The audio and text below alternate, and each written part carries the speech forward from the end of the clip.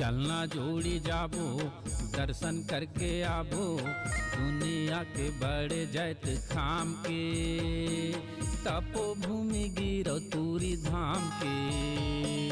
चलना जोड़ी जाबो दर्शन करके आबो, दुनिया के बड़े जैत खाम के, तपोभूमि गिरो तूरी धाम के। दुनिया के बड़े जैत खाम के, जोड़ी मोर तपोभूमि गिरो तूरी धाम के वो। दुनिया के बड़े जैत खाम के गा जोड़ी मोर तपोभूमि गिरो तूरी धाम के।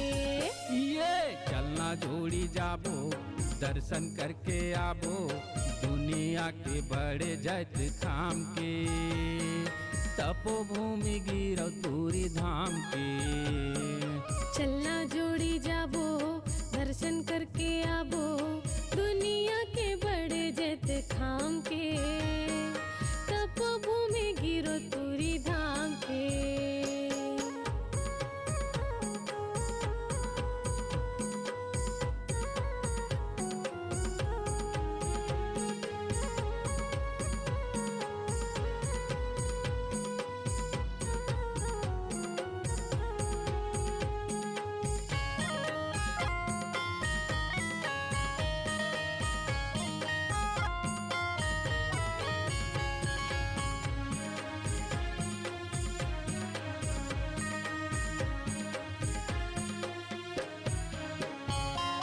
फागुन के पंचमी बर मेला भरा थे, वो मेला भरा थे। पंचमी छठ सातों दिन दर्शन करे आथे, सबो दर्शन करे आथे। फागुन के पंचमी बर मेला भरा थे, वो मेला भरा थे। पंचमी छठ सातों दिन दर्शन करे आथे, सबो दर्शन करे आथे। ये मेला भरा थे, वो मेला भरा थे। दर्शन करे आथे, सबो दर्शन करे आथे। मेला भरा थे, वो मेला भरा थे। सबो दर्शन करे आथे हो, दर्शन करे आथे। जो का नदी माना हाबो, गुरु के दर्शन पाबो। जो का नदी माना हाबो, गुरु के दर्शन पाबो। दुनिया के बड़े जैत खाम के, तपोभूमि गिरो तूरी धाम के। चलना जोड़ी जाबो दर्शन करके आबो, दुनिया के बड़े जैत खाम के, तपोभूमि गिरो तूरी धाम के।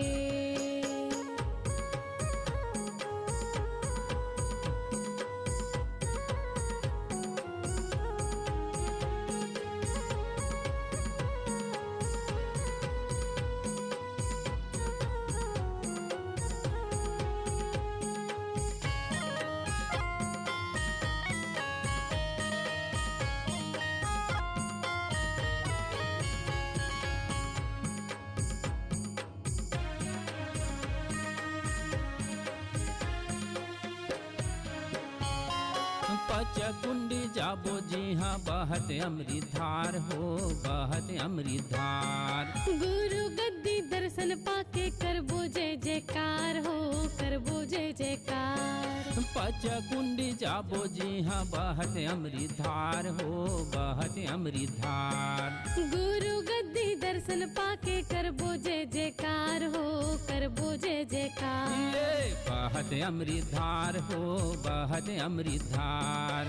करबो जय जयकार हो, करबो जय जयकार। ये बहत अमृत धार हो, बहत अमृत धार। करबो जय जयकार हो, करबो जय जयकार।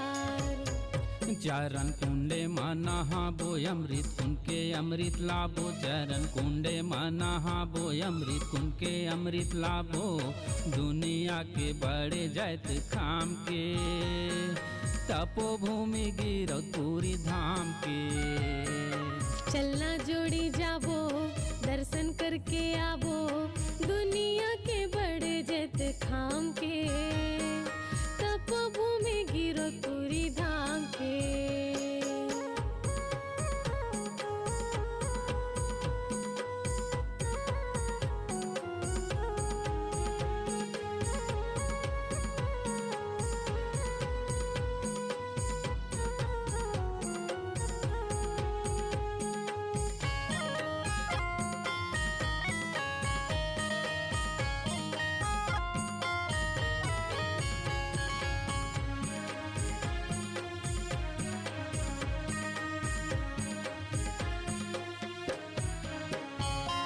छाता पहाड़ जाबो जी हाँ ध्यान लगाए रही, ध्यान लगाए रही। और धोरा पेड़ तरी तन लाता पाए रही, तन लाता पाए रही। छाता पहाड़ जाबो जी हाँ ध्यान लगाए रही, ध्यान लगाए रही। और धोरा पेड़ तरी तन लाता पाए रही, तन लाता पाए। ये ध्यान लगाए रही, ध्यान लगाए रही। तन लाता पाए रही, तन लाता पाए। ये ध्यान लगाए रही, ध्यान लगाए रही। तन लाता पाए रही, तन लाता पाए रही। वही छाता पहाड़ जाबो दर्शन करके आबो, वही छाता पहाड़ जाबो दर्शन करके आबो। दुनिया के बड़े जैत खाम के तपोभूमि गिरो तुरी धाम के। चलना जोड़ी जाबो दर्शन करके आबो, दुनिया के बड़े जैत खाम के तपोभूमि गिरतपुरी धाम के। दुनिया के बड़े जैत खाम के वही मोर तपोभूमि गिरतपुरी धाम के वो।